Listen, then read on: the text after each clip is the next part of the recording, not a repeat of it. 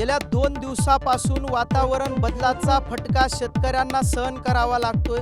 मागील 2 दिवसापूर्वी तुरळक असा पाऊस झाला आणि त्या पावसात काहीशा प्रमाणावर शेतकऱ्यांचं नुकसान झालंय।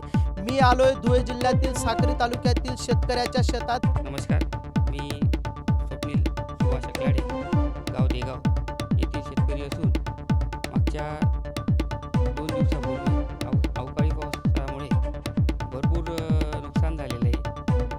तसं तर तो पाऊस कमी होता, पण पावसामुळे जे काही किटाणूंचा जो प्रादुर्भाव वाढला त्याच्यामुळे फवारणीचा खर्च वाढलेला आहे।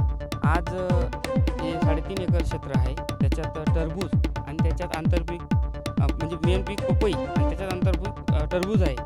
पीकवारी सगळी काही चांगली आहे, पण खर्चाचा जो जोम आहे तो पावसामुळे अतिशय जास्त वाढलेला असल्या कारणाने शेती ही संकटात जात आहे।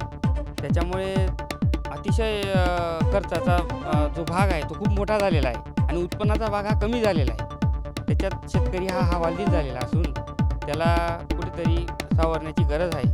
भावात असो किंवा मग असं भरपूर काही गोष्टी असतात। आपण जर बघितलं तर या ठिकाणी शेतकऱ्यांनी आंतरपीक घेतलेलं आहे। एकीकडे 4 फुटावर पपईची लागवड केलेली आहे आणि त्याच पपईमध्ये टरबूज पिकाची लागवड केलेली आहे। आपण जर बघितलं तर या ठिकाणी मल्चिंग पेपरचा वापर करत ठिबकच्या साहाय्याने या ठिकाणी शेतकऱ्याने मोठ्या प्रमाणावर खर्च करत या आंतरपिकाची लागवड केलेली आहे। परंतु या आपण जर बघितलं तर आधीच आसमानी आणि सुलतानी संकटाला सामोरे जात शेतकऱ्याला अतिरिक्त खर्चाचा बोजा त्याच्या डोक्यावर चढत आहे। या ठिकाणी गेल्या 2 दिवसापासून वातावरण बदलाचा फटका शेतकऱ्यांना बसत असून त्या ठिकाणी फवारणीसाठी मोठा अतिरिक्त भार या शेतकऱ्यांना उचलावा लागतोय। LS मराठीसाठी उमाकांत अहिराव, धुळे।